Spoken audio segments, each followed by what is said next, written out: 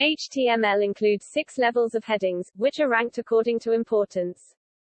These are Heading 1, Heading 2, Heading 3, Heading 4, Heading 5, and Heading 6. The following code defines all of the headings. The heading output will be shown as follows. To create a horizontal line, use the HR tag. The output of such tag is shown as followings. To create a paragraph, simply type in the p tag element with its opening and closing tags. The output for paragraph tag is shown as follows.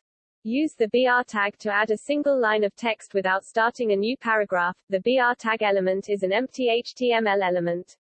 It has no end tag. Opening the HTML file in the browser shows that a single line break has been added to the paragraph. In HTML, there is a list of elements that specify text style. Formatting elements were designed to display special types of text. Each paragraph in the example is formatted differently to demonstrate what each tag does.